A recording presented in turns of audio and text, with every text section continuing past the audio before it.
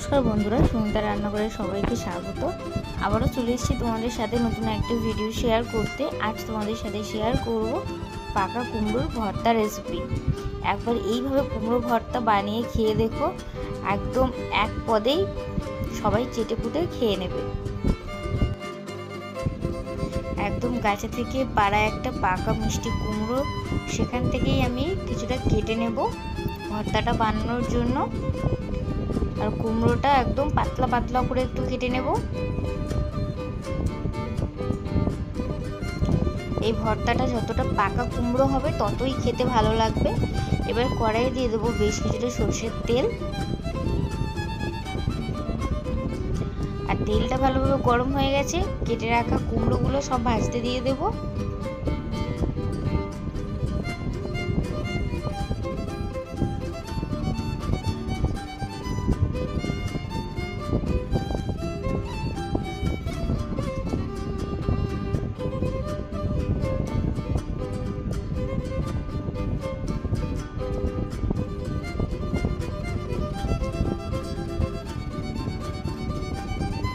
তেলের সাথে কুমড়োটা 2-5 মিনিট ভেজে নিয়ে কিছু গুঁড়ো মশলা আমি এখানে দিয়ে দিচ্ছি। স্বাদ মতো লবণ, হলুদ গুঁড়ো আর লঙ্কা গুঁড়ো। ঝালটা তোমাদের টেস্ট অনুযায়ী দেবে। আমাদের এখানে কুমড়োটা যেহেতু খুব মিষ্টি, তাই আমি একটু ঝালটা বেশি করেই দিলাম। এবার চাপা দিয়ে কুমড়োটা ভালো করে সিদ্ধ করে ভেজে নেব।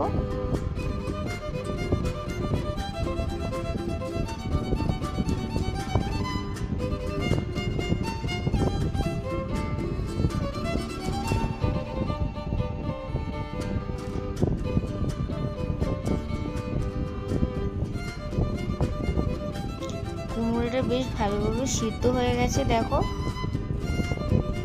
এবারে কুমড়োগুলো একটা প্লেটের মধ্যে তুলে নেব।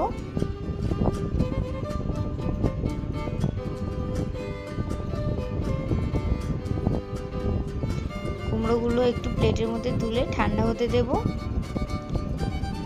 ততক্ষণে কড়াইয়ে কয়েক কোয়া রসুন আর কয়েকটা শুকনো লঙ্কা ভেজে নেব। 7 থেকে 8 কোয়া রসুন দিলাম আমি। রসুনটা বেশ লাল লাল করে ভেজে নেব।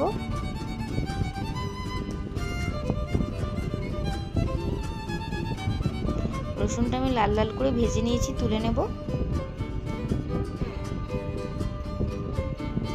এবার কয়েকটা শুকনো লঙ্কাও ভেজে নেব।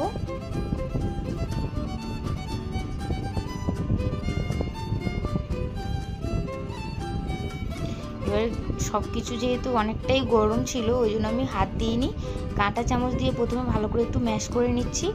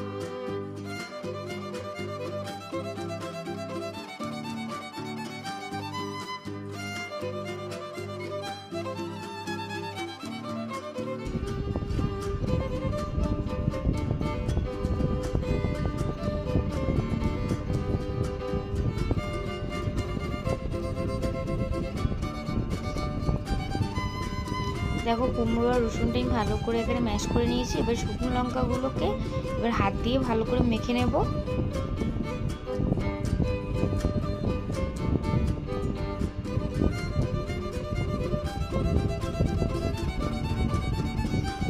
এবার সব কিছু এবার একসাথে ভালো করে মাখবো।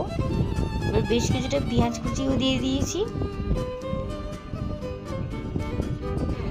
এবার সব কিছু বেশ একসঙ্গে ভালো করে মেখে নেব।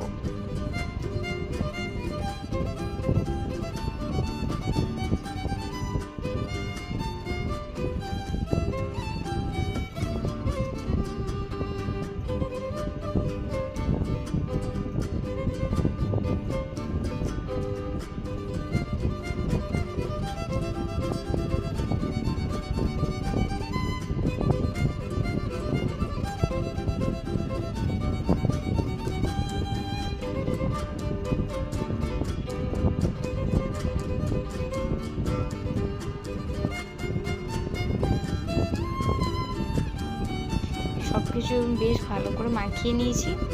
এবার উপর দিয়ে বেশ কিছুটা সরিষার তেল দেবো আর অল্প একটু লবণ দেবো।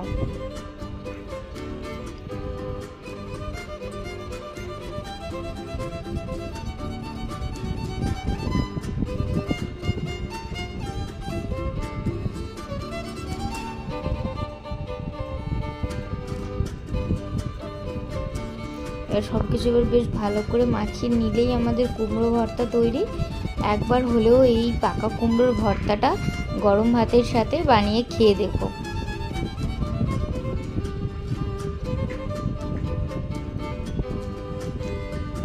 এই ভিডিওটি যদি ভালো লাগে তাহলে like, comment, share and subscribe করে দিও প্লিজ। আবারও দেখা হবে নতুন কোনো ভিডিওর সাথে। ততক্ষণ সবাই সুস্থ থাকবেন, ভালো থাকবেন। ধন্যবাদ।